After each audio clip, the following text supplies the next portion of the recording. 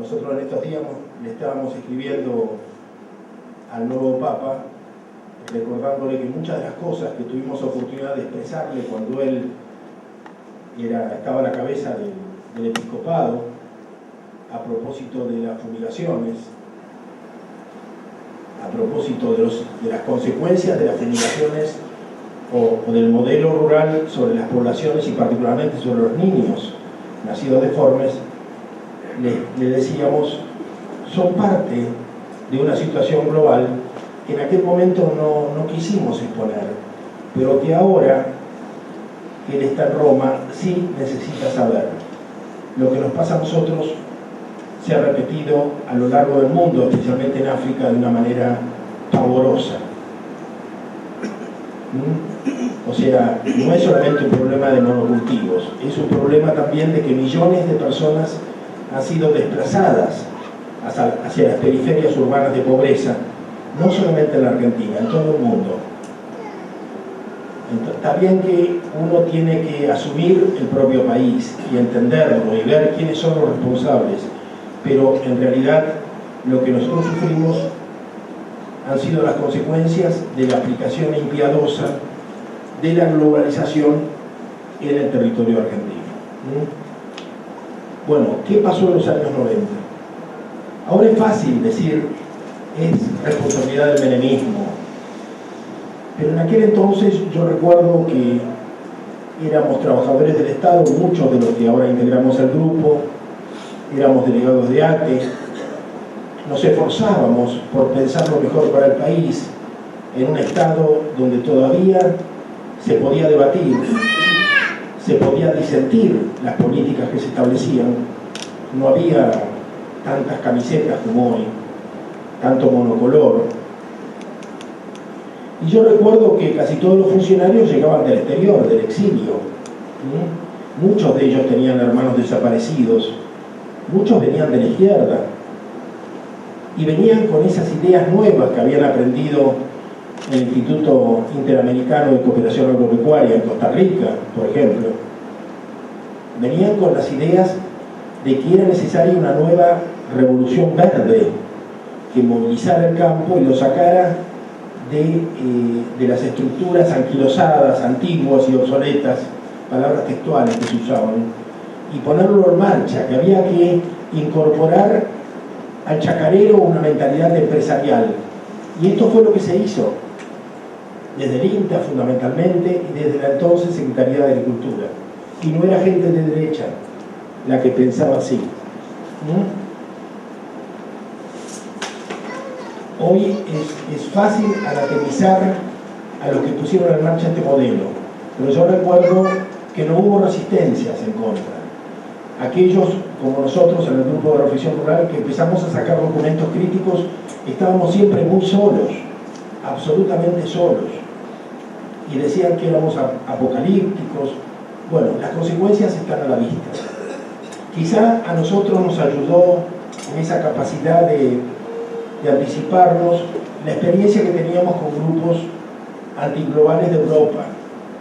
Ellos nos transmitieron las prevenciones hacia los organismos genéticamente modificados y con ellos aprendimos el valor de la biodiversidad que iba a ser liquidada a través de los enormes monocultivos. Hoy tenemos en la Argentina casi 24 millones de hectáreas de cultivos genéticamente modificados. Soja, maíz, algodón. Es mucho, es muchísimo, es pavoroso. Y las millones de personas que vivían en esos territorios hoy viven en barrios de indigencia. Y por eso ocurren las cosas que ocurrieron en Tolosa y en los otros barrios del Gran La Plata, porque La Plata en realidad no fue pensada para tener un Gran La Plata, una periferia urbana. Fue diseñada de otra manera y los que recibieron a esta gente no fueron capaces de la menor preocupación urbanística para prever las cosas que iban a pasar. Yo vivo en Marcos Paz y en el cercano partido municipio de Moreno, por ejemplo, el intendente, en una reunión del PJ, les anticipó, ya hace tiempo de esto, que entre 8 y 9 millones de personas latinoamericanas estaban bajando gradualmente desde el Ecuador para abajo y desde las provincias del norte de la Argentina para abajo, porque en general estas migraciones se dan escalonadamente.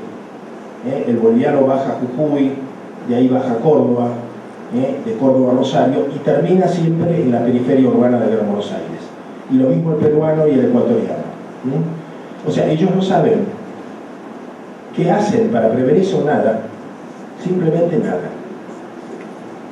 Confiar en que cuando estalle ellos ya no estén, que cuando la situación estalle haya otros que puedan enfrentar lo que viene. Ahora, lo que viene, ese mañana pavoroso, ya lo estamos viviendo. El tema es así. Yo a veces pienso, ¿qué movilizaba a esa gente que muchos venían de Montoneros, otros del Partido Comunista? Muchos con hermanos desaparecidos, como Mentaverri, que fue uno de los primeros biotecnólogos, como Félix Sirio, que fue el presidente del INTA durante muchos años, como Huergo, Héctor Huergo, que viene del trotskismo, como el mismo Felipe Solá, que venía de la Izquierda Nacional, del partido de Abelardo Ramos, de la revista Unidos del Chacho Álvarez. Es decir, ¿qué pasó con esa juventud? ¿Qué pasó para que incorporaran este modelo, convencidos de que aparte que les podía permitir disfrutar del Estado de una manera corporativa, convencidos de que estaban haciendo bien a la Argentina? Es decir, estaban montados en una idea de progreso y creían en el crecimiento. Esta idea del crecimiento del Producto Bruto Interno, no son ellos solos. Cuando uno revisa, prácticamente hay una enorme parte de la Argentina que sigue creyendo en esto, en el progreso, en el crecimiento, en el valor de las tecnologías de punta. ¿Cuántas veces han dicho a los que poníamos en duda el valor de las tecnologías en punta que pretendíamos volver a las cavernas? Pero si nos habrán dicho cantidad de veces. Y hemos tenido que sobrevivir en este duro escenario, donde cuando uno disiente recibe un epíteto. Así durante largos años. Y en realidad, este modelo implicaba que la Argentina aceptaba un desafío de volver a ser un país agroexportador. Pero no ya de comida sana, de las mejores carnes, el mejor maíz, el mejor trigo, sino ahora de commodities. ¿Qué son las commodities? Las commodities son mercaderías que se exportan, que no tienen valor agregado y cuyo precio está fijado por el mercado de Chicago. No hay otro mercado. El mercado internacional es Chicago. Brasil ha intentado armar un mercado y nunca pudo. Entonces, ¿esto qué significa? Que nosotros no tenemos incidencia en el valor que se le fija a la soja en el mercado de Chicago. O sea, es totalmente aleatorio y es como una ruleta. El otro día bajó $30. Bueno, así como baja $30, puede subir 50. Es decir, y así nos van las cosas. O sea, somos totalmente dependientes de los mercados. O sea, ¿quién impone la ley? Los mercados. ¿Qué mercados? Los mercados globales. Es difícil precisar quién maneja el mercado global. No tiene nombres, no tiene... Es una abstracción. Uno trata de entender, como podemos, tratamos de entender esta nueva situación de la globalización, que los mercados manejan la política. No se sabe quién. Son miles y miles de brokers, son miles de financistas, de bancos, de conglomerados de gente que tampoco se pueden detener. Este es el problema. Ellos buscan la ganancia, el lucro. Es como el gerente de una gran corporación. Él sabe que vamos a un abismo. Él sabe. Pero él no se puede detener. Porque si disminuyen las ganancias, a él lo cambian, lo sacan de gerente y ponen a otro. Entonces, esta es la situación en la que estamos en el mundo de hoy. Al borde del precipicio y avanzando. A la Argentina le tocó producir piensos. O sea, piensos son forrajes. Se dio durante el gobierno de Alfonsín una serie de coincidencias malas para el mundo, o sea, hubo un fenómeno de la niña, que los cardúmenes de anchoísta que permitían la harina, el balanceado con la harina de pescado que comían los animales en Europa, dejaron de estar, estos cardúmenes se fueron para otro lado, Europa se quedó con una gran necesidad de balanceado por una parte, y por la otra vino la vaca loca, que predispuso a la población para nuevos alimentos para su forraje. Alfonsín tenía que pagar la deuda, necesitaba divisas, igual que ahora. La deuda no se ha pagado nunca, seguimos atados a la necesidad de divisas, o sea, de dólares. ¿Quién nos podía dar dólares? Ninguno de los países del tercer mundo, por supuesto, que eso todos intercambian a través del trueque.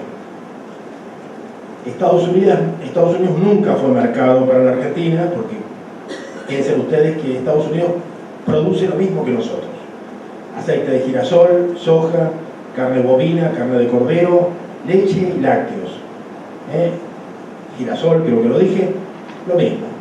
O sea, Estados Unidos es un enorme competidor de la Argentina en los mercados globales. ¿Dónde podíamos colocar nuestros productos? En Europa. Le ofrecimos nuestra carne, nuestro trigo. Europa dijo: no, ya tenemos mejor carne que ustedes, la carne irlandesa es superior a la argentina, tenemos carne en todas partes, tenemos trigo en todas partes, tenemos comida, lo que necesitamos es forraje para nuestros animales. Y bueno, empezamos a hacer soja. Así fue. No descubrimos nada. Hoy los sojeros dicen que ellos inventaron la pólvora, y no es verdad. Nos indicaron lo que teníamos que hacer.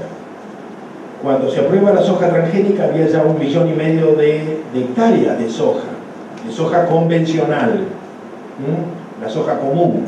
Se usaba Roundup, ya se usaba Roundup, el famoso glifosato, pero el Roundup se usaba apenas medio litro por hectárea, porque simplemente lo que se hacía, el que competía con la soja era el sorgo de Alepo, que es mucho más alto que la soja, mucho más. Entonces lo que se hacía era, con 2 tractores, se tiraba una soga embebida en Roundup, se les tiraba y se la pasaba por encima del sojal para que fuera tocando el sorgo de Alepo que sobresalía. Y como es un herbicida sistémico, bastaba tocarlo para que llegara hasta la raíz y lo matara. En ese momento el sorgo de Alepo, como otras hierbas, malas hierbas, no tenía resistencia, no había desarrollado, no se había seleccionado en función de la resistencia al Roundup, como ocurre hoy. Entonces bastaba un toque para matarlo. En el 96 se aprueba la soja genéticamente modificada, que es una soja que no tiene nada que la beneficie como soja misma, como alimento, como forraje, sino que lo que tiene es un gen que le permite resistir al Roundup. O sea, Monsanto descubrió que hay una plantita, no me acuerdo, una plantita que usamos en nuestros jardines, que tenía naturalmente una cierta resistencia al glifosato, y le sacaron esos genes y se los colocaron a la soja, en una industria, en una ciencia que recién comenzaba, que era la biotecnología. Bueno, esto produjo un dispararse de los monocultivos que fueron subiendo a 1,5 millones de hectáreas por año prácticamente. Estamos en más de 20 millones. Las consecuencias las fuimos viendo con el tiempo, que era lo que nosotros preveíamos, quizá unos 80.000 tambos que ya no existen, una cantidad de pequeños productores que desaparecieron, cantidad de campesinos que desaparecieron, cerca de centenares de localidades que son fantasmales. A la soja hay que sumarle el ferrocarril que mantenía la vida de los pequeños pueblos. Bueno, yo conocí pueblos donde se fue hasta el cura, la maestra. Lo primero que cierran son las escuelas, porque ya no hay niños. Después se va el pastor, se va el cura, se va todo el mundo. ¿Y quiénes quedan? En esos pequeños pueblos quedan los viejos y la pequeña industria vinculada a la soja. O sea, queda el que arregla el fumigador, queda el que lo lava, el que tiene el depósito de agrotóxicos, queda la gente ligada a la industria sojera, y los que no se han podido ir por algún motivo, ¿no? Entonces se hace cada vez más difícil encontrar resistencia para impulsar campañas contra las fumigaciones, porque todos los que quedan en los pueblos están vinculados a la soja. Este es todo un tema. Y los demás han muerto. En la provincia de Buenos Aires es muy difícil encontrar resistencia. Yo me acuerdo que en un momento dado, hace como 7 u 8 años, hablé con una de las epidemiólogas principales de la provincia de Buenos Aires, toxicóloga, que aparte de explicarme que la cátedra de toxicología había sido barrida por la dictadura militar y que la democracia nunca se había preocupado de renovar estas cátedras y estos cuadros, y esta era una de las razones por las cuales la Argentina no tenía ni estadísticas ni sabía lo que pasaba a nivel toxicológico, porque era como es como que uno va podría ir relacionando todas estas historias, ¿no? Que parecen todas armadas por una inteligencia superior, esto sin ser conspirativo, pero realmente parece que todo fuera ordenándose, ¿no? Bueno, pero ella me decía, yo le preguntaba, ¿por qué hay tanta denuncia en Entre Ríos de niños nacidos deformes, de abortos, y en la provincia de Buenos Aires no? Y ella, esto fue una conversación en La Plata, ella me dijo, porque los que tenían que morir en la provincia de Buenos Aires ya murieron. Y porque la provincia de Entre Ríos es una provincia donde la soja está entrando ahora, donde hay mucha pequeña localidad afectada por las fumigaciones. En la provincia de Entre Ríos es notable cómo han disminuido las denuncias. Claro, disminuyeron las denuncias porque la gente ha muerto y porque la gente se ha ido de los pueblos. Entonces ahora lo que viene es el paliativo. Como la gente ya no vive en el campo, entonces ahora lo que crece es una campaña para establecer zonas limpias alrededor de las localidades. O sea, pero esto nosotros nunca estuvimos de acuerdo con más allá de que encontremos que es bastante legítimo precaverse y tratar de alejar al fumigador de la primera calle del pueblo, siempre hemos pensado que esto de alguna manera legitima, reconoce que se vive en las ciudades, que es algo muy importante, que a nosotros nos parece que en la Argentina es un tema que es necesario discutir. ¿Dónde nació esto de que se vive en las ciudades? ¿Dónde nació esto y cómo se estableció esto que los políticos dan por sentado en la Argentina, de todos los colores, los políticos de todos los colores, que se vive en un departamento, en propiedad horizontal, que se vive sobre una calle asfaltada? Esto que se da por sentado y que es una enorme mentira y que es un invento de un argentino urbano. No es así. Nuestros abuelos todos tenían un fondo con jardín, con huerto, con árboles, y todos los chicos nos acostumbramos a subir a los árboles, a comer fruta de los árboles, y esta Argentina ocurrió, o vivió, o existió hace no muchos años.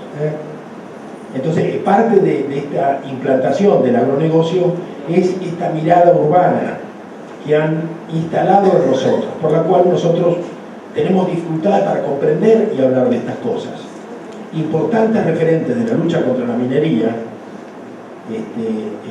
nos reconocían que teníamos razón nosotros en que no es la minería sino la soja la que configura la característica colonial de la Argentina de hoy.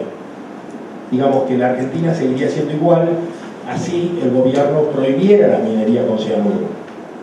Sería una Argentina mejor, pero no necesariamente sería un cambio revolucionario, digamos entre comillas. Pero a la vez nos decían que tenían dificultad para entender el proceso de lo que llamamos la sojización compulsiva. Es difícil de entender porque nos han acorralado al pensamiento urbano. Entonces, también por eso no se puede entender qué hacer con los arroyos. Claro, el otro día Brailovsky propuso que en vez de entubar los arroyos de la ciudad de Buenos Aires, habría que desentubarlos. Pero por supuesto que habría que desentubarlos. Pero a cualquiera le parece absolutamente irrisorio, loco, sería demencial desentubar los arroyos. No es demencial, es lo que habría que hacer. Ahora, ¿y quién lo haría? ¿Qué gobernador haría una cosa semejante, ¿no? Canciani dice lo mismo, ¿no? Y bueno, todos los científicos dicen eso, por supuesto. ¿A quién se le ocurre entubar un arroyo y convertirlo en una cloaca subterránea? ¿Y a qué arquitecto se le ocurre poner al lado 10, 20, 30, 40 torres de 15 pisos? Donde además todos los paneles eléctricos están en el subsuelo. Pero, ¿y no se les ocurre decir, acá habría que meter preso al decano de la facultad que formó esa gente? Porque ahora resulta que no tienen luz porque los paneles quedaron inundados junto con los automóviles. Pero si están al lado del arroyo, ¿qué pensaban? Así, ¿quién construye esas cosas? ¿Quién lo acepta? ¿Cómo puede ser que haya funcionarios que acepten eso? ¿Cómo hay arquitectos que lo pensaron, ¿no? Bueno, me acaban de confesar que uno de los más importantes laboratorios del CONICET, tercerizado, lo estaba haciendo una empresa privada, quedó totalmente inundado, creo que en la zona de Belgrano, sin estrenar. El mejor laboratorio que iba a tener el CONICET quedó bajo el agua. Bueno, por supuesto que podríamos hablar de corrupción, podríamos hablar de tantas cosas, pero a mí me parece que en este lugar por lo menos me gustaría hablar de los valores que guían a un pueblo que ha permitido eso. Porque nosotros siempre hemos hablado de la infinita incapacidad política de nuestra clase dirigente. Pero también es verdad que hace muchos años, y no puedo olvidarlo, yo estaba en una de las islas del Ibicuy y salimos a caminar y encontramos pequeños pobladores, entre ellos una viejita de 80 años que vivía sola en una isla llena de álamos. A mí se me ocurrió preguntarle, era la época de Grosso, ¿se acuerdan cuando Grosso estaba en la capital, que era intendente de la capital federal? Esto era, por supuesto, Ibicuy, fuera, en Entre Ríos. Le pregunté qué hacía con su basura y me dijo que la envolvía en una bolsa y que la arrojaba al río. Yo le digo, ¿pero cómo hace una cosa así? Me dijo, no, pero yo la ato antes, la ato bien antes de arrojarlo al río. Bueno,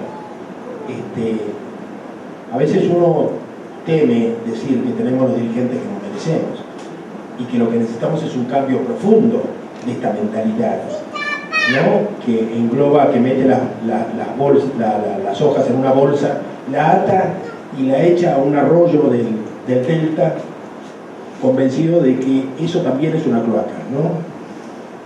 Bueno, ha llegado Cayerwan, entonces yo voy a aprovechar para pasarle a mi compañero Maximiliano.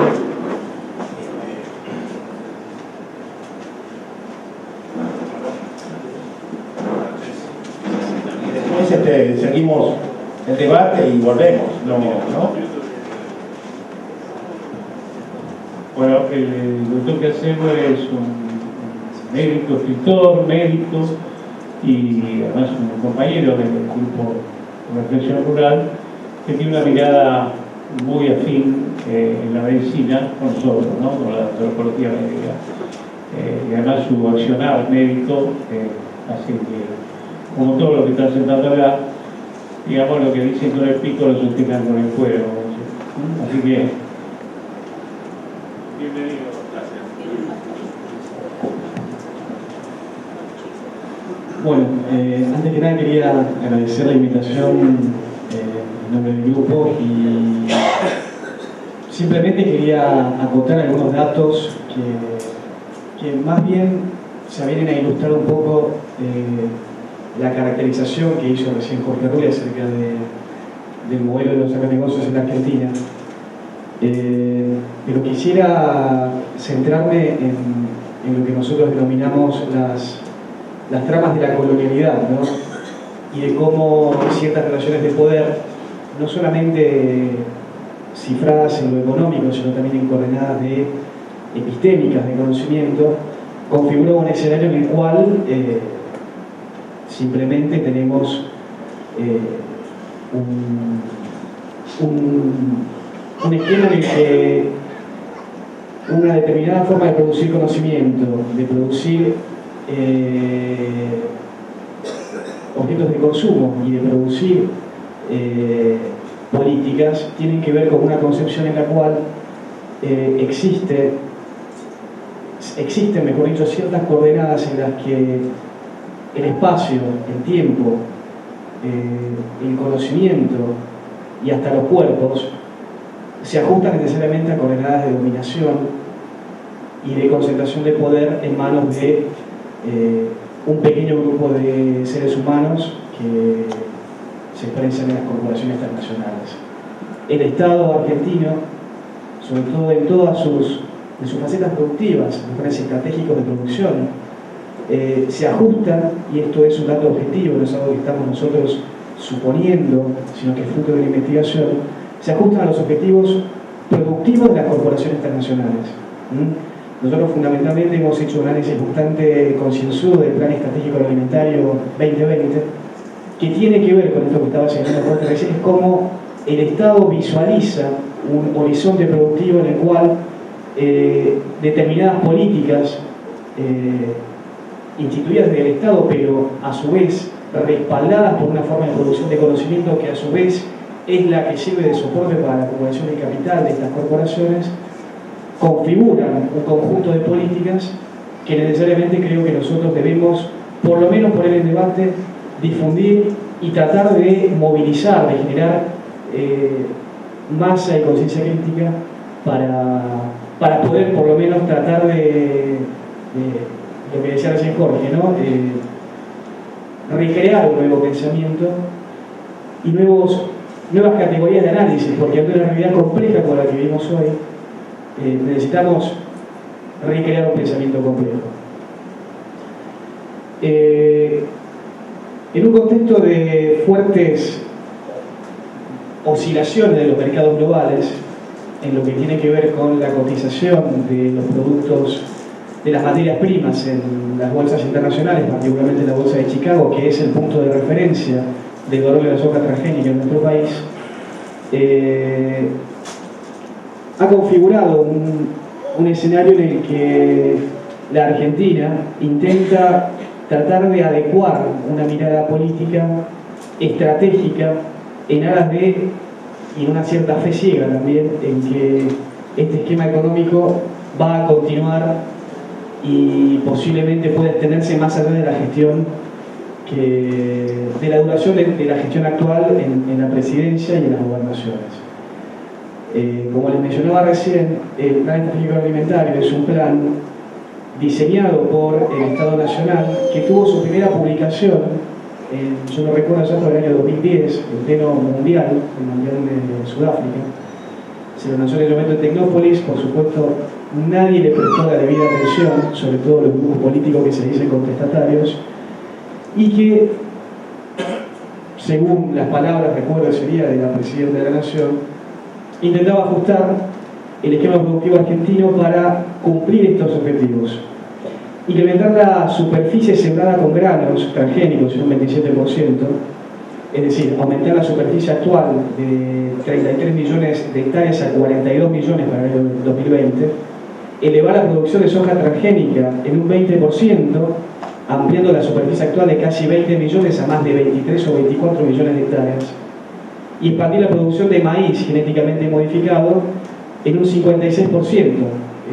Actualmente está en los 3,7 millones de hectáreas y se intenta llegar a prácticamente 7 u 8 millones.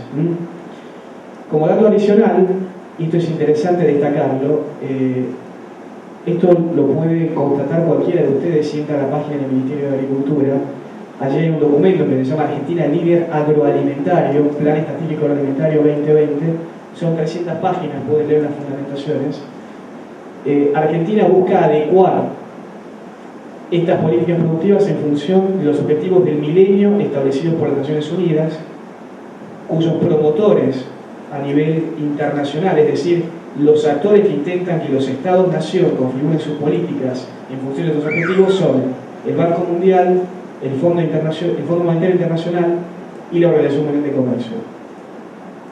Si yo me tuviera que guiar por las retóricas dominantes en la Argentina en este momento, yo creería que estos actores supranacionales están totalmente fuera del juego político, pero subyacentemente notamos que estas adecuaciones de estos organismos todavía tienen injerencia en el Estado argentino y en sus administradores. Es importante destacar estos objetivos del milenio porque se está recreando un pensamiento neo-malthusiano a escala global y que tiene que ver con lo siguiente, y esto lo repite tanto el presidente de Monsanto, que se llama igual que el actor Hugh Grant, hasta la presidenta de la Nación, donde en el año 2050 la producción actual de alimentos a escala global no va a ser suficiente para satisfacer a una población que ampliamente va a duplicar a la actual. Hoy estamos en el orden de los casi 7.000 millones de habitantes. Se estima que para el 2050 va a ser el doble o un poco más. Entonces hay que producir para alimentarlos a todos porque no va a alcanzar. Es decir, son filántropos y bastante solidarios los muchachos de las corporaciones que van a intentar alimentarnos a todos y van a destinar a la producción de conocimiento para que nadie se muera de hambre. Bueno, eso es una mentira. Nosotros y la corporación. Esta es la mentira que intentamos desactivar. Inclusive hay voces disonantes en estas mismas organizaciones. Por ejemplo, el ex relator de los derechos para la alimentación de las Naciones Unidas, Jan Ziegler, que es un sociólogo suizo, no hace mucho tiempo, aún dentro de las Naciones Unidas, decía que esto era una mentira y que la actual producción de alimentos a escala global alcanza para satisfacer a casi 12.000 millones de personas. Digamos que el objetivo que ellos se plantean para 2050, en términos productivos, ya ampliamente está cumplido y hasta superado. Pero bueno, esto es importante destacarlo porque ahí radica digamos, la matriz del modelo que tiene que ver con la especulación alimentaria. Una sobreproducción, cuando ellos dominan los mercados globales para fijar el precio, y adecúan las políticas productivas de los países periféricos para poder justamente medrar con esa variabilidad financiera que tiene lugar con las leyes de oferta y demanda, como todo lo que ya sabemos cómo funcionan estos grandes emporios de la timba financiera. Bueno, la Argentina se está adecuando productivamente para el año 2020 conforme a este escenario, y nosotros no queremos que la dirigencia política que se disputa en los espacios de poder, sean presidencias, gobernaciones, intendencias, ministerios, tenga una mirada distinta ni se corran del eje, porque nosotros analizando no solo los discursos, sino también plataformas, ideas, hasta debates, notamos que hay una anuencia bastante marcada en todos los sectores políticos con respecto al modelo sojero. Algunos los ven como una oportunidad para la Argentina en un contexto mundial ampliamente favorable y otros lo ven como la posibilidad de financiamiento de una reconversión productiva. En uno u otro caso comparten las plataformas y bueno, somos de los pocos que intentamos tratan de desnudar estas falacias, ¿no? Es importante destacar que, como decía el Plan Estratégico Agroalimentario, lo que se intenta es ampliar la superficie granaria cultivada en un 27%. El año pasado, en febrero de 2012, la presidenta de Tecnópolis anunciaba el lanzamiento de un nuevo paquete tecnológico asociado a la producción de soja y maíz transgénico resistente a los contextos de sequía y salinidad. Nosotros teníamos desde hace muchísimo tiempo el dato de que se estaba experimentando en el CONICET y en el INTA ensayos para adecuar la producción de soja transgénica en la región cuyana, donde hay estrés hídrico y mucha salinidad, y donde ya las poblaciones sufren el flagelo de la minería. Ustedes solamente imaginen lo que puede llegar a ser un paisaje en donde tengamos un cráter de una explotación, un open pit megaminero rodeado por soja transgénica. Es un infierno pensarlo. Pero realmente me parece que están apuntando hacia esos objetivos en donde la naturaleza y los pueblos son sacrificables.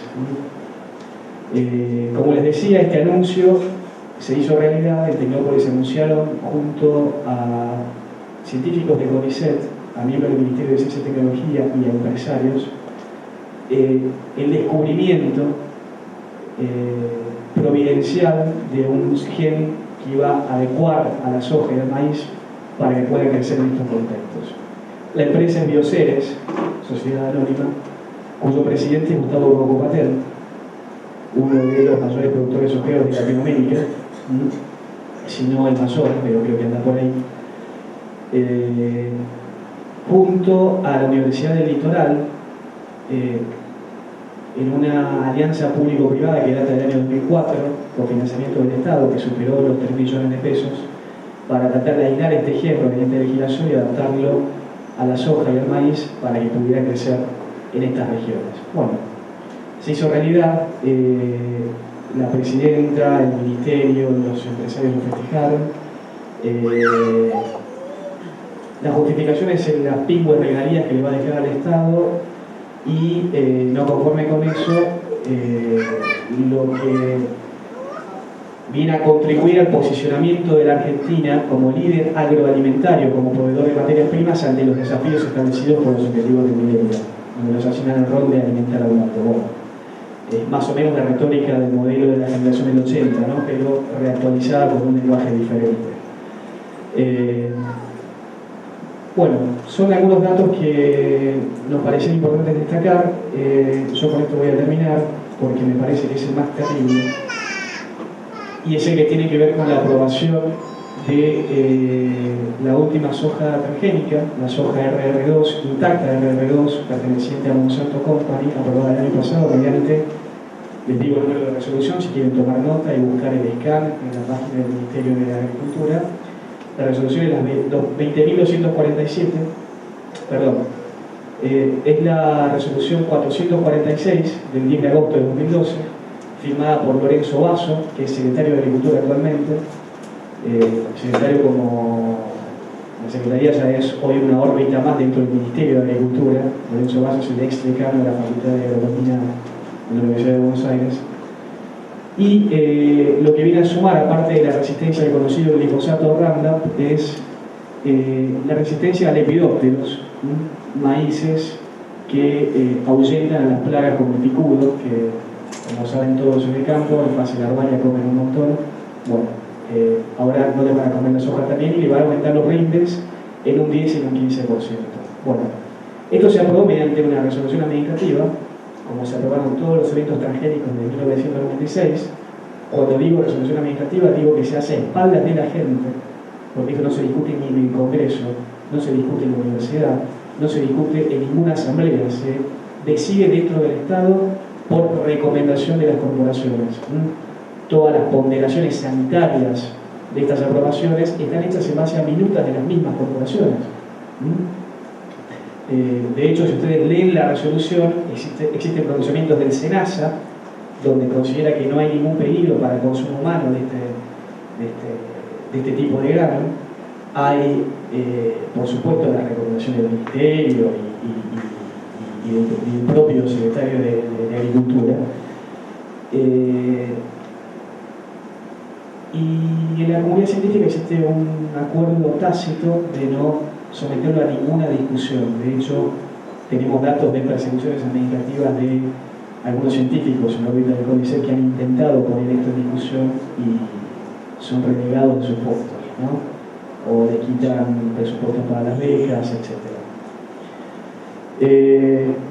Nos parece interesante poner esto en debate porque esta aprobación del nuevo paquete de Monsanto que viene a reemplazar a la soja que en la Argentina se cultiva hoy, que es la soja del menemismo, la soja RR, la primera, aprobada en 1996, y algunos datos que son interesantes de destacar en aras de facilitar una lectura política de todo este contexto y de todo el complejo del agronegocio en la Argentina. Desde 1996 a la fecha se aprobaron 28 eventos transgénicos, todos por resolución como deliberación. De esos 28, 5 se aprobaron durante la presidencia del ex presidente Carlos Menem, 2 se aprobaron durante la presidencia de Fernando de la Rúa y 21 se aprobaron durante los años de Kirchnerismo. Es un dato importante. Lorenzo Basso dijo en 2011 que estaba orgulloso de haber aprobado en los últimos 3 años más eventos transgénicos que durante los 90, siendo que los 90 y todas estas gestiones dieron la plataforma para que esto hoy se pueda materializar sin ningún tipo de discusión. De esos 20 eventos transgénicos, 9 pertenecen a Monsanto Argentina, es decir, el 45% de los eventos transgénicos aprobados en Argentina pertenecen a Monsanto.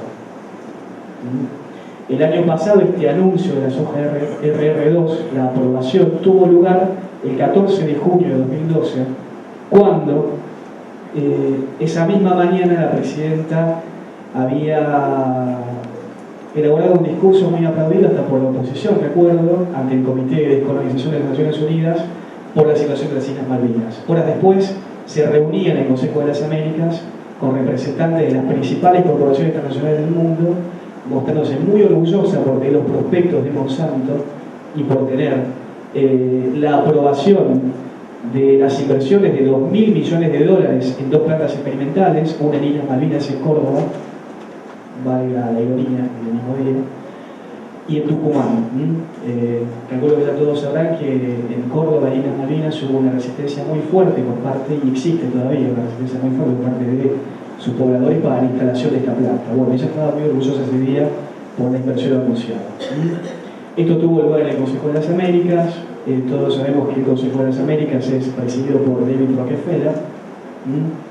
El vicepresidente John Negroponte, que fue un hombre fundamental en la dictadura de los 70 en América Latina, uno de los asesores de Henry Kissinger.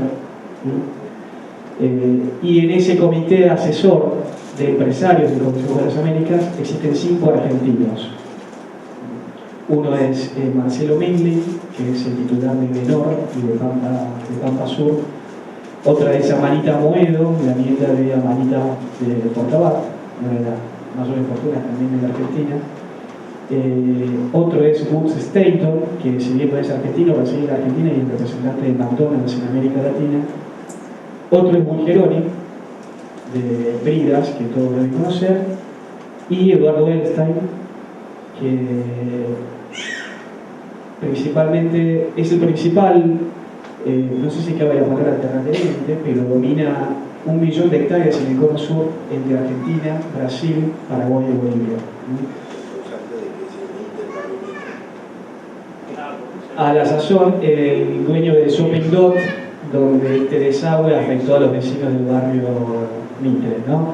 Además, es dueño de IRSA, que es la mayor corporación inmobiliaria de la ciudad de Buenos Aires, uno de los inversores con mayor influencia en la Casa Rosada.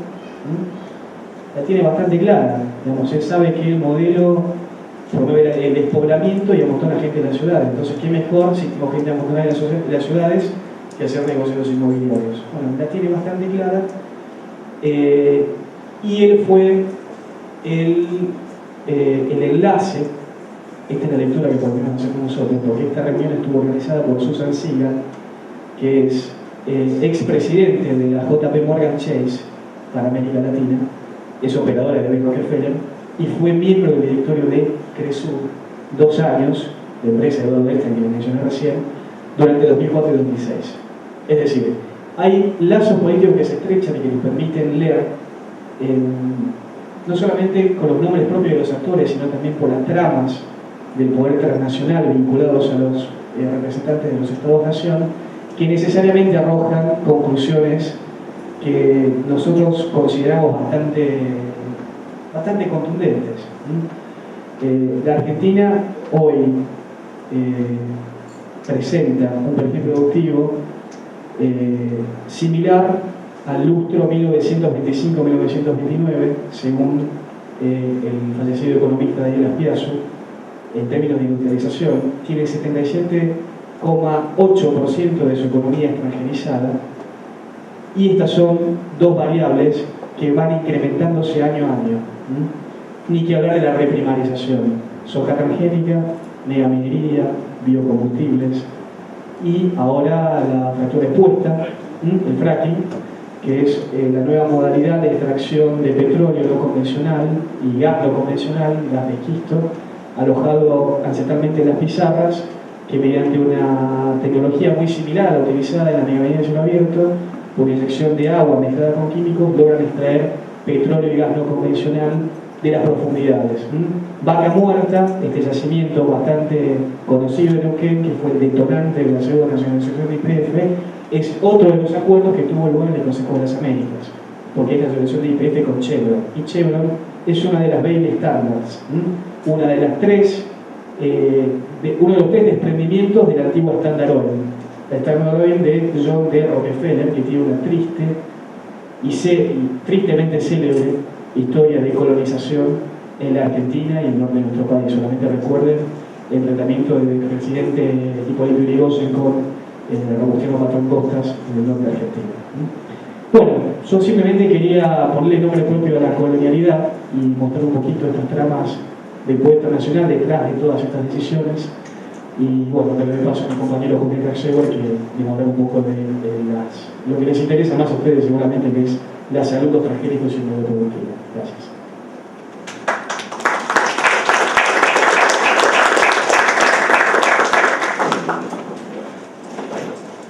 Buenas noches a todos y a todas. Yo le agregaría a la caracterización muy certera del proyecto que viene haciendo Maxi, un último dato, y para ponerle, digamos, una visión médica, se ha detectado que el 45% de los chicos nacidos en Fukushima tiene hipotiroidismo hereditario, y se ha detectado que un 18 a 25% de los chicos nacidos en Estados Unidos por la nubecita radioactiva de Fukushima también están haciendo con hipotiroidismo subclínico. Esto para ampliar la visión un poco más, porque la otra parte del modelo energético, del proyecto de energía que nos quieren imponer, es que ya se sabe lo del efecto invernadero, de los combustibles fósiles, entonces ahora también nos quieren hacer creer que la energía nuclear es la única fuente segura de energía para tantos habitantes en el futuro. Incluso han convencido a dos de los popes máximos del pensamiento ecologista mundial, como Lovelock, que lo dice abiertamente últimamente, y Stuart Brand, el creador del catálogo muy conocido que se llamaba el catálogo de la Tierra entera, el Polar Catalog, en los años 80. Bueno, mi agradecimiento a las autoridades acá del AMA y también mi reconocimiento a que se preocupen por este tema nuestros amigos de la asociación de la Asociación de Antropología Médica, porque si hablamos de ecología tenemos que hablar de historia, y si hablamos de historia tenemos que hablar de antropología. Y como el ser humano es un alterador de ecosistemas desde muy antaño, la ecología tiene que ir sí o sí de la mano de la historia. Entonces, como a mí me toca hablar de la comida chatarra y de la comida con soja, voy a hacer un poco de historia para deleite de los antropólogos. Y esa historia empieza de la mano de esto que decía: somos los primeros alteradores de ecosistemas. Quiero decir, cuando éramos recolectores y cazadores también alterábamos ecosistemas, ¿no? Lo que pasa es que los alterábamos un poco más concienzudamente sobre los efectos de nuestra alteración sobre el medio ambiente. Paradójicamente parece que teníamos más conocimiento ecológico en la edad de piedra que ahora, porque por ejemplo grupos indígenas del Amazonas, que son prehistóricos, porque tienen una evolución prehistórica, hasta el día de hoy siguen alterando el Amazonas en forma controlada, y plantando especies que atraigan al tipo de presas de los cuales se alimentan, y tratando de restaurar, y no se quedan en el mismo lugar mucho tiempo porque saben que ahí sí lo destruyen, lo fulminan del todo el lugar, y entonces lo hacen con ese conocimiento y ese enmarañamiento con la naturaleza, ¿no? Lo cierto es que haciendo justamente este lazo y esta vinculación, a todo el cúmulo de datos alarmantes sobre este consumo sin precedentes de derivados de la soja en la dieta humana, me junté con un dato muy importante que yo no tenía y que creo que hace al origen común de todos los problemas juntos a nivel complejo y sistémico, al problema de la guerra, al problema del poder, del imperialismo, al problema de la concentración de poder en tan pocas manos, al problema de la enfermedad, y es el dato de que resulta ser de que nosotros creemos que domesticamos a los cereales anuales o a los granos o a los porotos anuales. Nosotros creemos que de las 4.000 especies vegetales que consumen los humanos, siendo unas 20 las que han sido convertidas en commodities internacionales, nosotros creemos que los domesticamos y en realidad fuimos domesticados por ellas, por estas especies. Porque tal parece, las plantas, por ejemplo, llevan millones de años jugando con la química, con su propia química, para tratar de ganar sus batallas. Créase o no, entre los vegetales hay diferentes tamaños, envergaduras, entonces tal parece que las plantas se ganaron la grande en la lotería cósmica cuando, o sea, todos saben que la soja tiene fitoestrógenos, con lo cual controlaba a los predadores, esterilizando a los machos.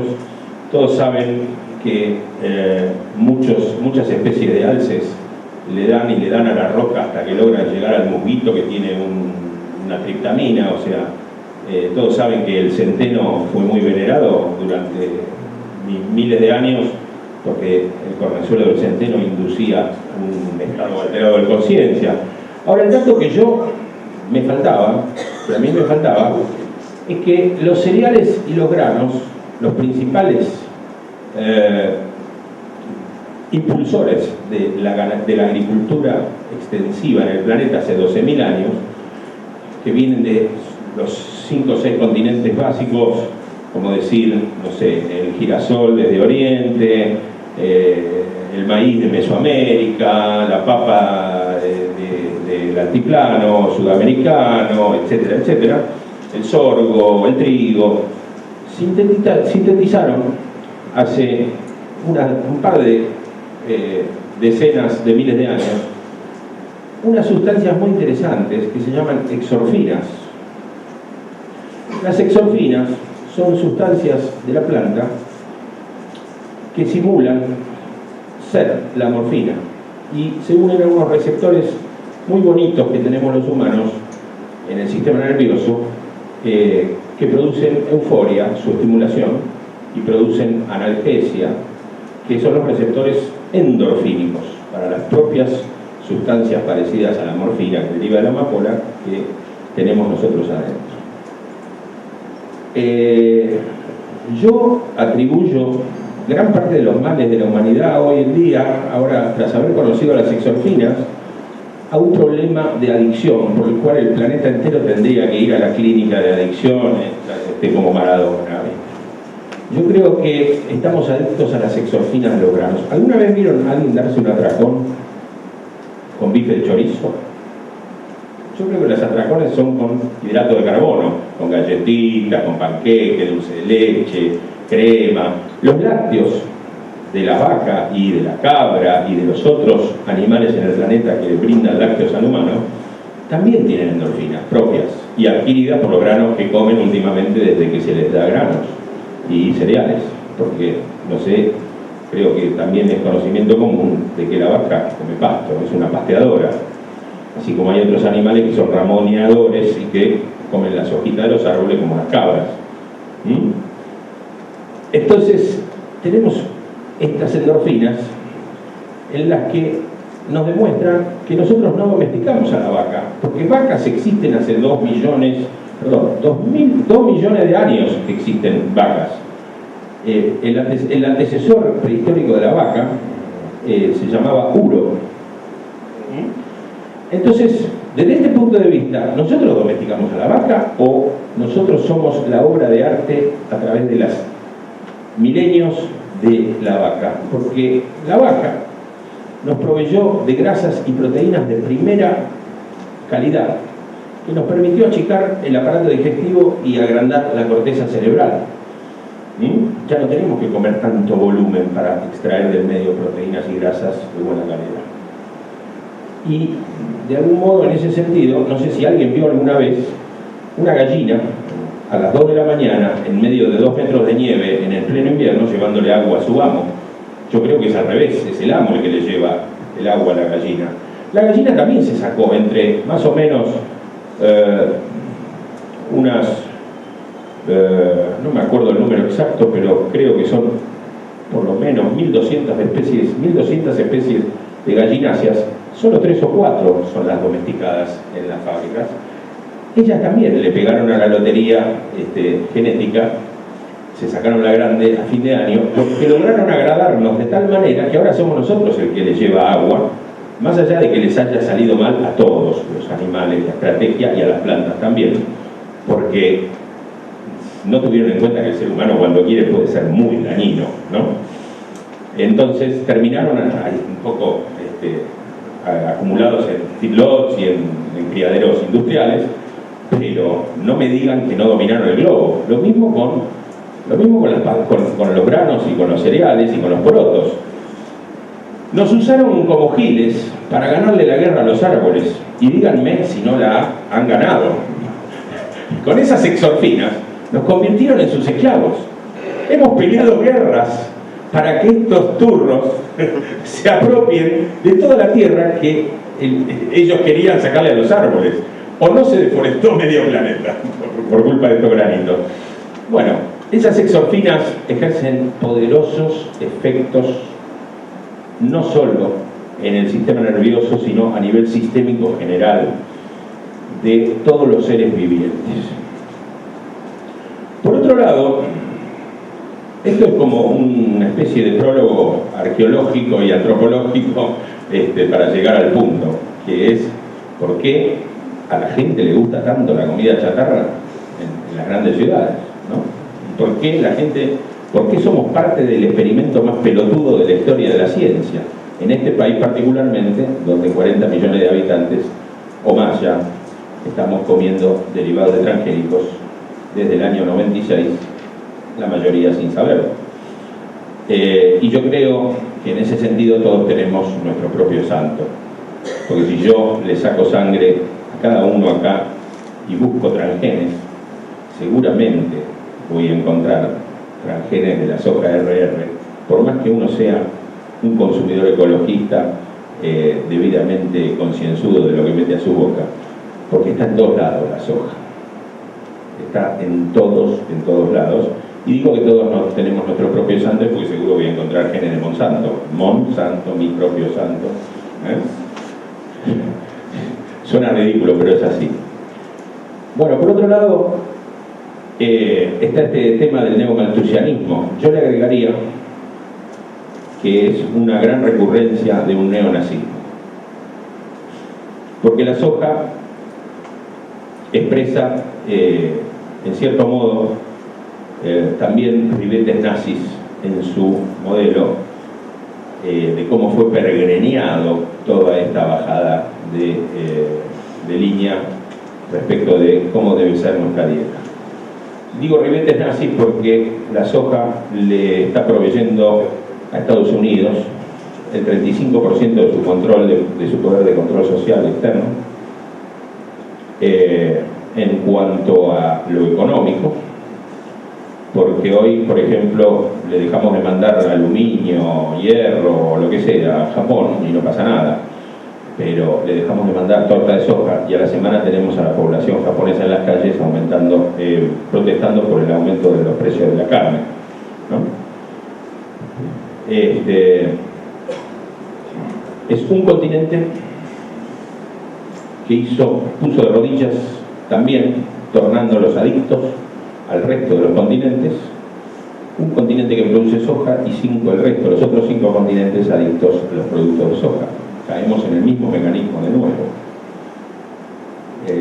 Si no son las endorfinas, son las isoflavonas, pero siempre hay una sustancia que nos está afectando y nos hace no discernir bien, ni a nosotros ni a nuestros gobernantes, qué está pasando.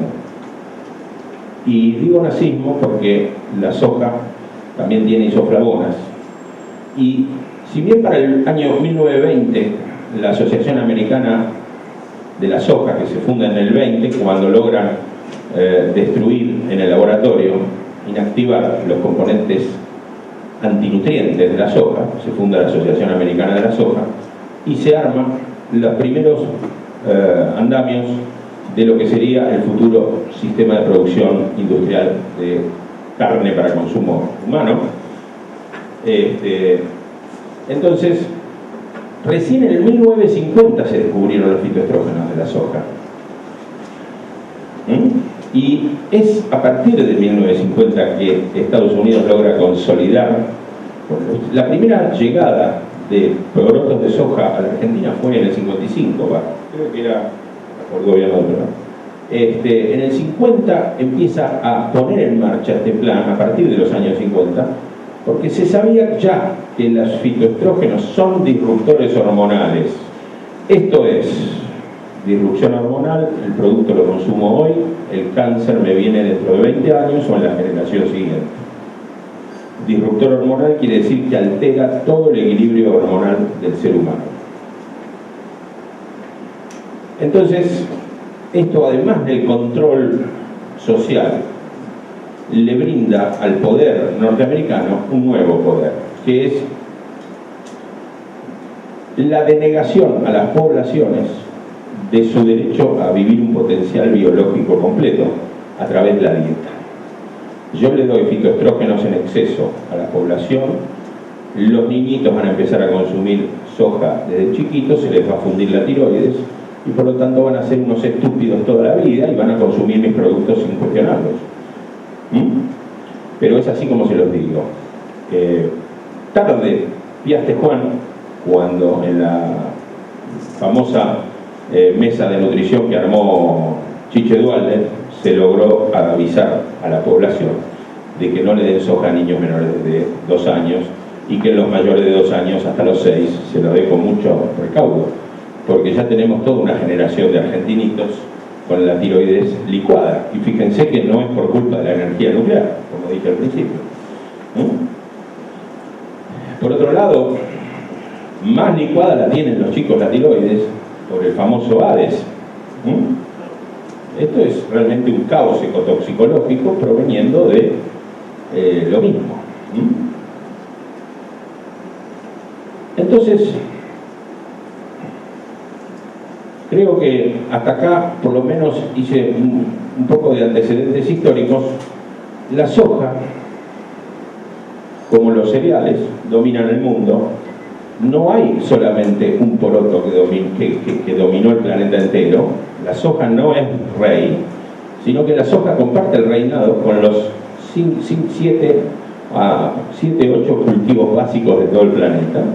Y todas las dietas madre de todos los continentes, las dietas arcaicas, las dietas ancestrales, folclóricas, regionales, incorporan estos productos. ¿Por qué? Porque somos unos malditos adictos. Los humanos terminamos siendo adictos a las famosas exorfinas de todos estos granos.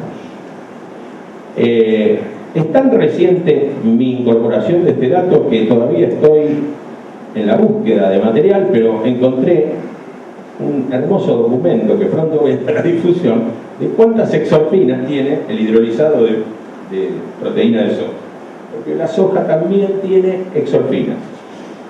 Así que también estamos consumiendo el brillante poroto por esa razón.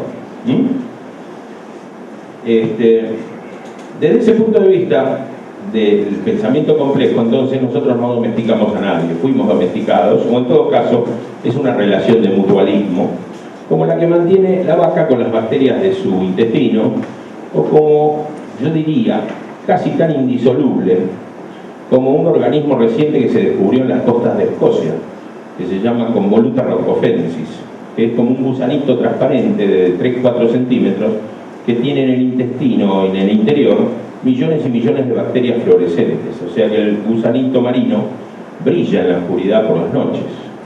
Claro, ¿qué hicieron los científicos? Se lo llevaron al laboratorio, lo partieron en pedazos y trataron de crecer las bacterias en la placa de Petri y no crecían.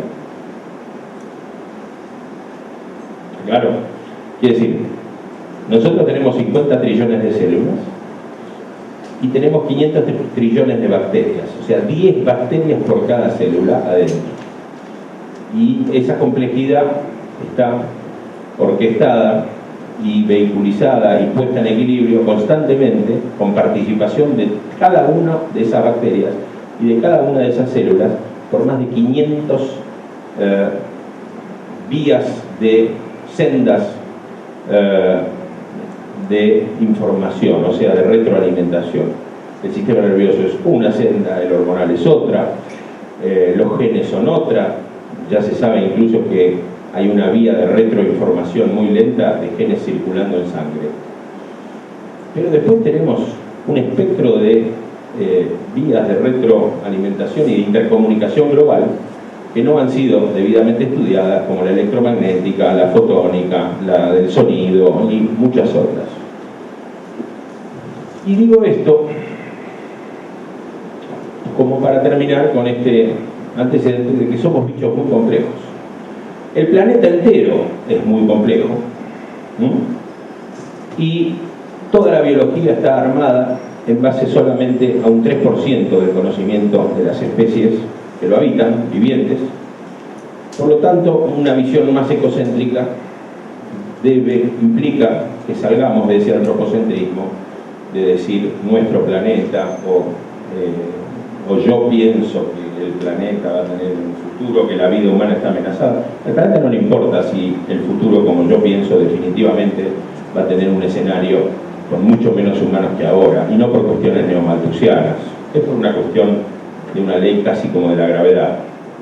Estudiando a los más grandes biólogos que han replanteado la biología y la termodinámica y la biofísica sobre todo, a la naturaleza no le gustan los gradientes, no le gusta que haya más de un lado y menos del otro. Entonces siempre hay una tendencia a equiparar gradientes, y los humanos nos hemos convertido en un hermoso gradiente con nuestras casi 7.000 millones a ser devorado muy prontamente por alguna otra especie, así como nosotros ocupamos el lugar de un punto dentro de la escala alimenticia con tanta habilidad que nos convirtió en la pionera especie dentro del planeta que más materia cicla alrededor del globo y que más energía solar aprovecha. Quizás el planeta nos esté usando para calentar el planeta, para equiparar el gradiente con el Sol. ¿Quién lo sabe? Precisamente de eso se trata también, para finalizar ya esta breve introducción, porque lo de las hojas va a ser más breve, es 2 más 2 es 4. Precisamente el problema de la agricultura y los humanos empieza cuando desenganchamos la agricultura del sol y de la fertilidad de la tierra.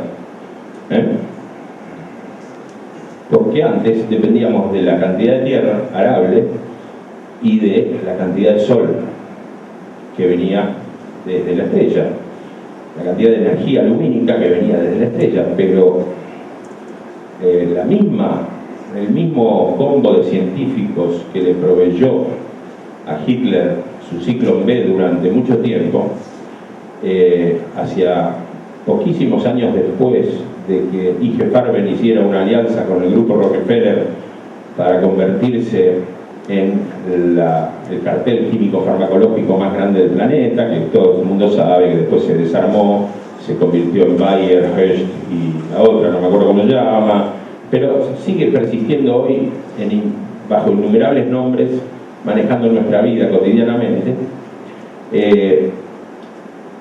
Es el proceso Haber-Bosch, el que creó, ese mismo grupo de científicos de I.G. Farben, creó el proceso Haber-Bosch, gracias al cual pudimos extraer el nitrógeno de las fuentes y brindarlo a la tierra de manera que las plantas lo pudieran aprovechar, porque el nitrógeno tiene enlaces muy fuertes y había que romperlos para que se pudiera adicionarle un hidrógeno y ponerlo en manos de las plantitas para que tuvieran su fertilidad y su capacidad de sintetizar proteínas, ¿no? Entonces ahí empiezan los problemas de rebasamiento, por así llamarle, porque hay toda una serie de científicos que sostienen que en realidad desde 1800 ya estamos rebasados de población, y con un argumento para nada malthusiano, sino que en realidad estamos rebasados. Que en realidad todo lo que comemos es combustible fósil. Hoy en día, para hacer una hectárea de maíz, creo no estar equivocado en el dato, de 450 litros de combustible de petróleo insume hacer una hectárea de maíz. Hoy en día se consume 15 veces más fertilizante que en 1978 para cultivar, para sacar la misma caloría alimenticia. Entonces, el problema de la agricultura era lógico que se llegase con el maíz a hacer este gran quilombo internacional de dominación, porque en realidad esto empieza hace 12.000 años con la agricultura. La agricultura extensiva es el comienzo de la debacle de la civilización humana, en realidad. La agricultura extensiva, con su sed y voracidad de nueva tierra arable cuando la tierra existente se agotaba. Otros dicen que en 1800, con las primeras máquinas y el aporte del riego y etcétera, cuando se reemplazó el caballo definitivamente a la tracción motriz, fue ese año donde nos rebasamos. Así que dentro de todo esto es lógico que nadie sepa en las ciudades de dónde viene el alimento, nadie se cuestione, pero hoy en día cuando llenamos un carrito con soja, con alimentos del supermercado, el 70% tiene soja.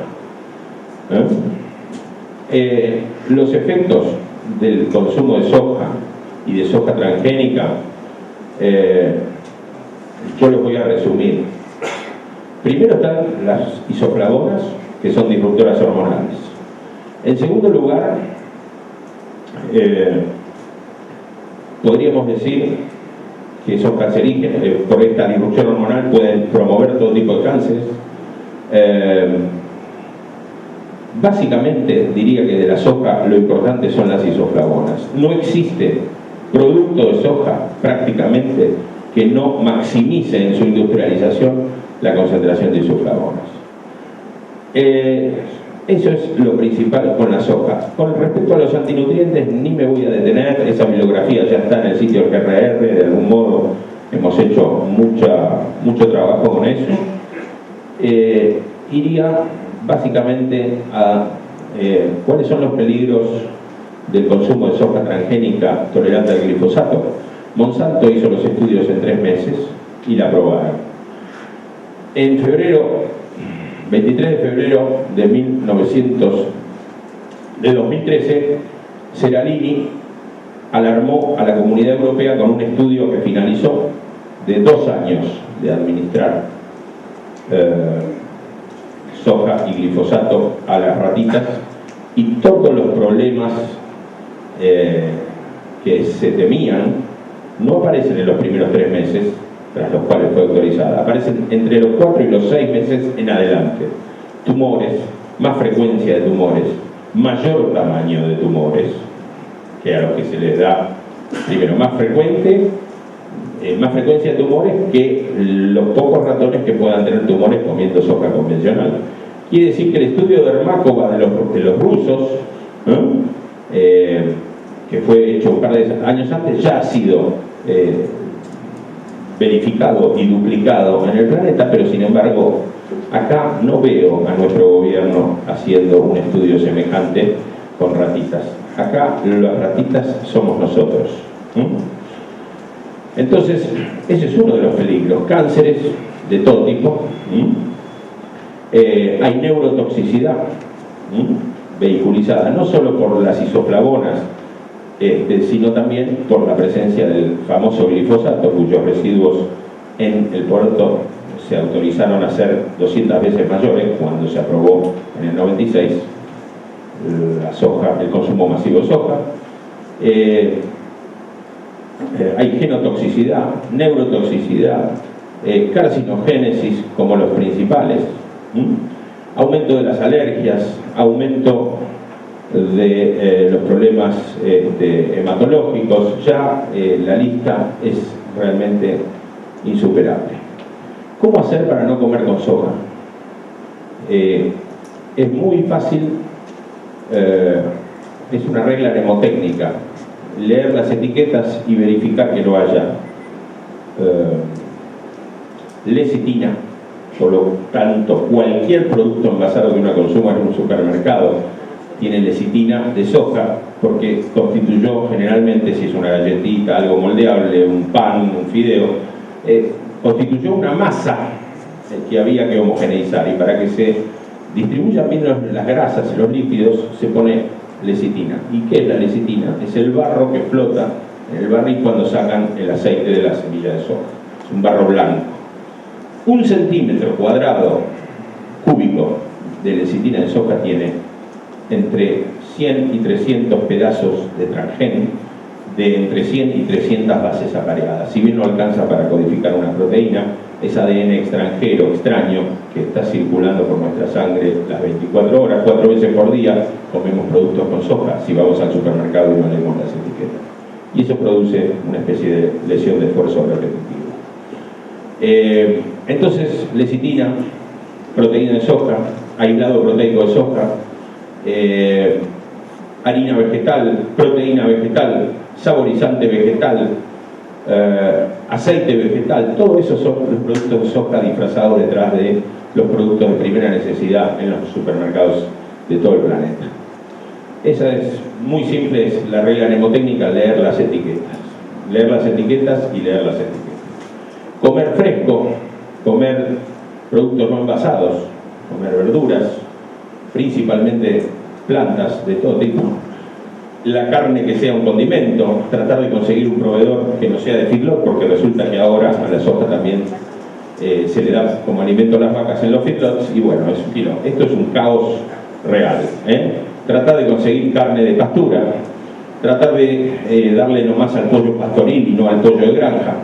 Googleenlo, hasta el Mercado Libre está el pollo pastoril, que lo hace un paciente de 70 y pico de años que era dueño de una línea de colectivos de Lomas de Zamora, y que cuando los hijos se apropiaron y empezaron a manejar bien la empresa, él dijo: ¿y qué me divertiría hacer ahora? Y voy a hacer un pollo orgánico.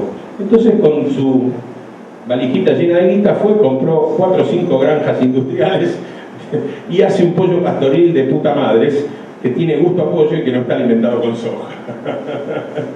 Así que podríamos decir que es un pollo comestible realmente, que no tiene ni siquiera, no está certificado orgánico, como muchos esperarían equivocadamente, porque el rótulo de orgánico no hace más que reforzar nuestra pelotudez humana, porque no sé si saben que todas las empresas mundiales orgánicas que rompieron el cascarón y se elevaron su facturación, hoy en día están en manos de los 5 o 6 principales monstruos transnacionales de la comida: Unilever, Nestlé, Walmart, etc. Todas las empresas orgánicas han sido compradas por ellos. Entonces el pollo pastoril es otra buena opción. Un poco de pescado, aunque de tanto en tanto va a haber que consumir cilantro para evitar el mercurio que trae el pescado de los mares. Y el cilantro es un excelente quelador. ¿Ok? Así que, bueno, creo que ahí está un poco resumido el tema de la comida chatarra. Es todo lo mismo. Es nuestra ración de exorfinas e isoflavonas diaria que nos reconoce como adictos totales a la química de estas plantitas, que son las verdaderas poderosas del planeta. Muchas gracias.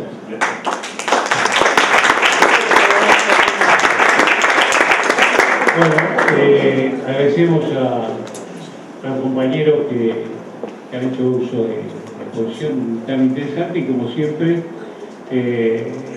por supuesto, agradecemos muchísimo la participación de ustedes. Me gustaría que si alguien tiene una pregunta, nos quedan todavía 15 minutos, o sea, podemos hacer unas cuantas preguntas.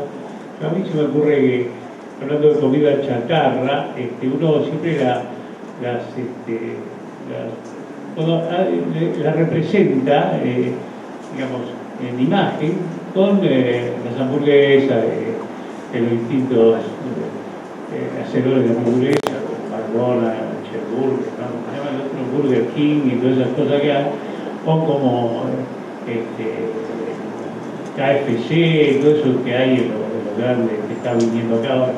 Pero sin embargo, nos dicen que una milanesa de soja es algo que deberíamos comer todos porque es muy bueno. Me gustaría alguna reflexión sobre eso. Porque, bueno, 2 milanesitas de soja diarias alcanzan para, junto con un vasito de jugo de soja nada más, alcanzan para proveer al organismo de 120 miligramos de isoflavona de soja. Con 60 que está catalogado, ya hay más o menos unos 6 congresos desde 1950 mundiales de isoflavonas, de fitoestrógenos, congresos de fitoestrógenos, escuchen esto. Y Sechel es el principal especialista mundial en dosificar estas cosas. Según Sechel, el máximo permisible de consumo humano es 60 miligramos de isoflavona, que son genisteína, daidzeína, gliciteína, y hay otras cuantas más, pero en mucha menor cantidad.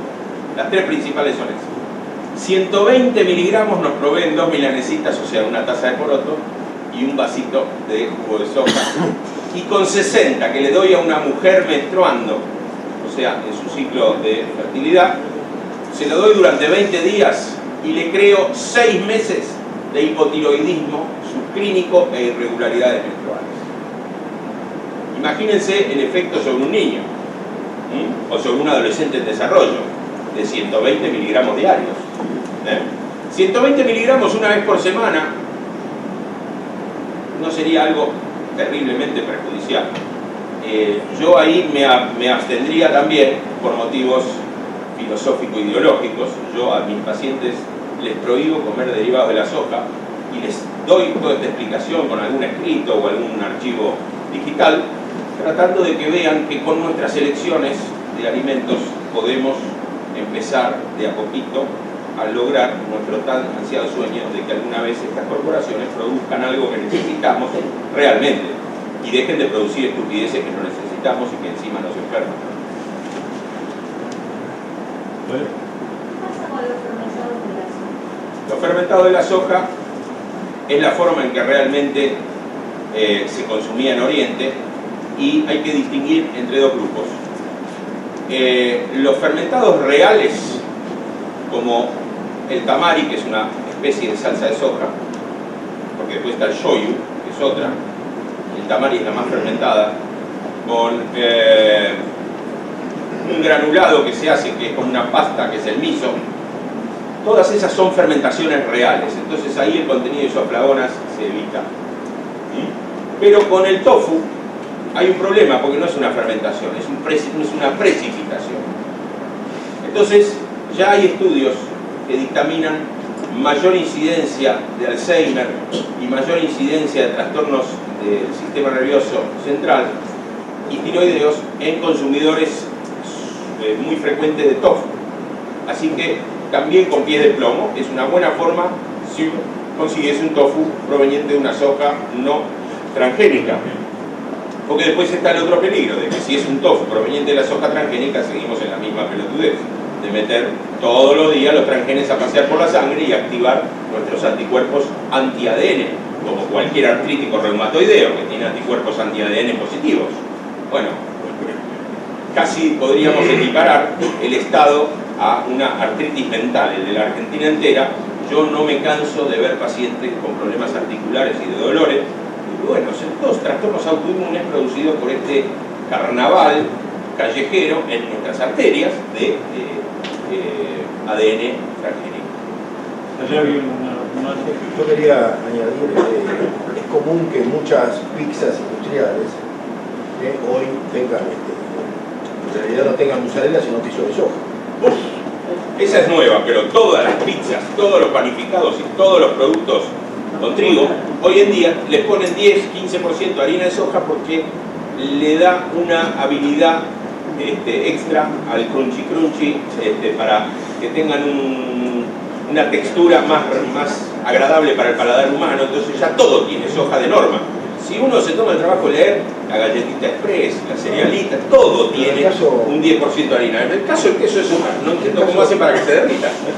Se derrite, pero se forma granos, no forma hilos. Ahí se la reconoce. No, esa es la diferencia. Pero esa no la Me sabía. doy una pregunta. Doctor Cervello.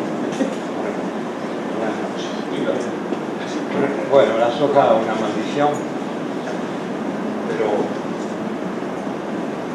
filosóficamente no sé si estamos en la discusión de que esto es la dictadura del ADN. De hecho, yo creo que hace falta muchos trabajos científicos para refutar. No nos olvidemos que la sociedad norteamericana de pediatría, quizá la más poderosa del mundo, está de acuerdo en que se le dé soja a los niños. A los bebés. A los bebés, eso es. O sea, Bueno, es una sociedad de mucho peso. Y eso hay que refutarlo con trabajos científicos, con cosas concretas que uno dice están validadas para refutarlo. De hecho, cualquiera de nosotros puede hacer una hamburguesa en su casa. Junta la carne, la pone y le sale una porquería que se deshace. Pero si le ponen harina de soja sale perfecta, bien redonda, bien.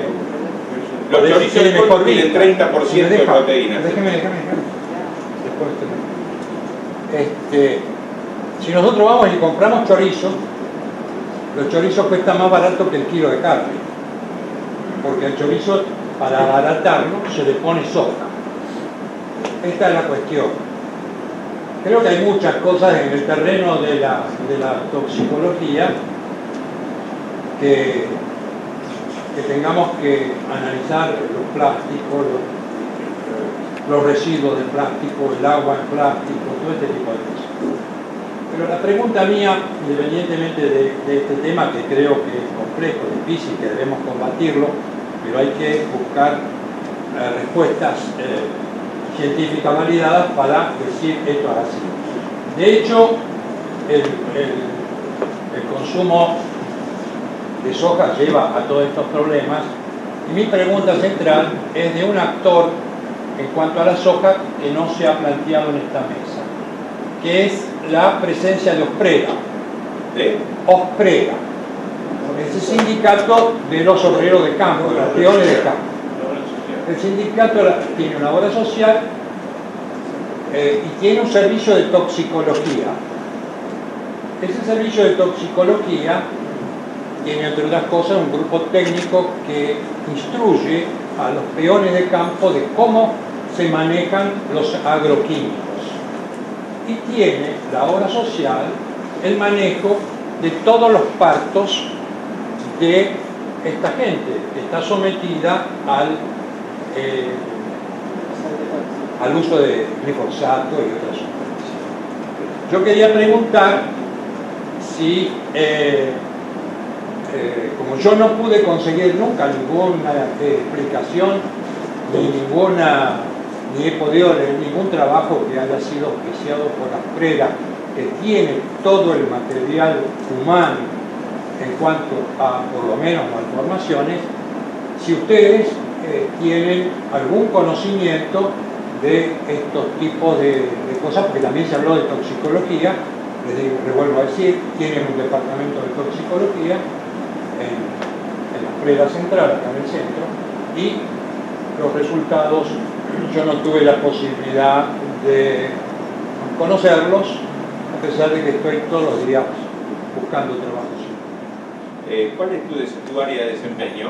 ¿Cómo? ¿Cuál es tu área de desempeño? Ahora soy jubilado. No, pero... Yo soy profesor de farmacología de la Universidad de Buenos Aires. Tengo acá un pendrive con muchos de esos trabajos, si es de tu interés y tenés alguna computadora, si no te invito a ir a un telecentro donde hay una computadora y te lo pongo en tu...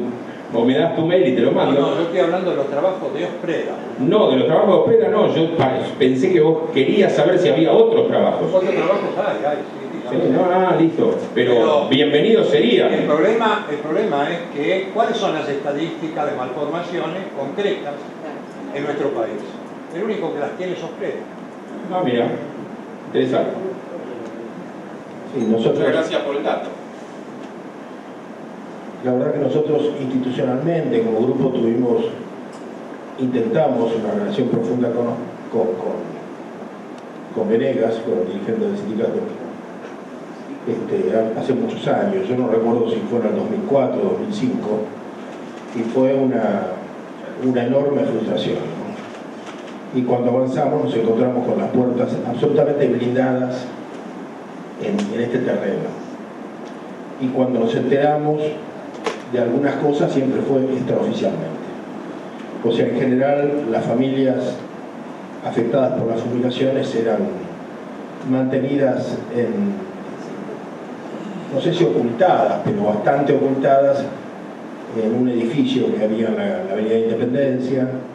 A nosotros nos negaron la relación con ellos, y bueno, fue imposible avanzar. Conocimos al agrónoma que se ocupaba de la capacitación del personal del personal rural en el tema agrotóxicos, y directamente ella trabajaba con videos y con protocolos dados por las empresas. Nosotros realmente no podíamos creer esto, ¿no? Pero cuando llegamos a la discusión política con la dirección del sindicato nos dimos cuenta que directamente estaban a favor de los transgénicos, a favor de la soja. En algún momento incluso nos convocaron para ver si desarrollábamos un proyecto, ya que ¿quién era? Yo no sé si era el vicegobernador de la provincia de Buenos Aires, alguien les había ofrecido mucho dinero para canalizar desocupados en algún proyecto de trabajo. Nosotros les armamos un proyecto, claro, y después nos dimos cuenta que no les gustó para nada, porque el proyecto era para que la gente fuera dueña de la tierra y convertirse en pequeños productores. Y en realidad en ellos imperaba totalmente el paradigma del asalariado. Claro, porque lo que nosotros estábamos proponiendo no hubieran sido afiliados al sindicato, al menos en esa vieja concepción. Y ahí reflexionamos bastante en las dificultades del viejo sindicalismo argentino para entender mucho de lo que a veces proponemos como soberanía alimentaria, que implica gente autónoma, arraigada a la tierra o dueños de su propia tierra, ¿no? Digamos, esto como parte de las dificultades que tuvimos para dialogar con Guatre, ¿no?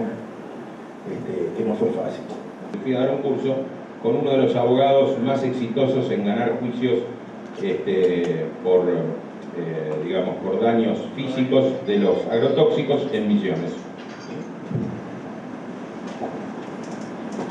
Bueno, le agradecemos a los participantes, ya estamos en la hora. A ver, una pregunta. Quisiera saber si a este envenenamiento hay algún antídoto, porque ya estamos envenenados, hay dos generaciones que ya se les nota intelectualmente. Bueno, somos muy robustos. No, pero ya las generaciones que han sufrido desde bebé con la soja, que ya son dos, porque ya son Malvinas y esta otra generación, criados con soja, si hay algún antídoto, porque ya lo notamos intelectualmente, es dos generaciones que están con una diferenciación grande de la soja. Sí, yo veo mucho hipotiroidismo en los niños y lo trato con terapia neural, que es una medicina de origen ruso-alemán, donde trabajamos sobre la neurocibernética del organismo para generar niveles más óptimos de autoecoorganización, o sea, de autorreparación. Es la única manera que logro que descuelguen de la T4. En 2 a 6 sesiones me lleva descolgar de la T4 un chico con hipotiroidismo, por ejemplo. ¿Esto tiene consecuencias de la talla? Puede tenerlas, sí señor, ahí ya no hay antídoto posible. Claro, porque ya está lo que está escrito en la anatomía es muy difícil de revertir. O sea, que entre las prisiones y las talla y las socas ya tenemos dos generaciones De enanos y de hebefrénicos, porque el hipotiroidismo, al darle leche de soja al niño más pequeño, genera un déficit tiroideo, y quien gobierna en los 2 primeros años de vida la interconectividad neuronal, o sea, La neuroplasticidad de los 2 primeros años está gobernada por la tiroides, a través de muchas conexiones hormonales con el cerebro, es la que gobierna. Entonces un chico con una tiroides deficiente va a tener un déficit en la neuroplasticidad, esto es, en su capacidad de adaptación a las situaciones. No es de llegar al límite de la hebefrenia, pero es para exagerarlo un poquito, pero es preocupante.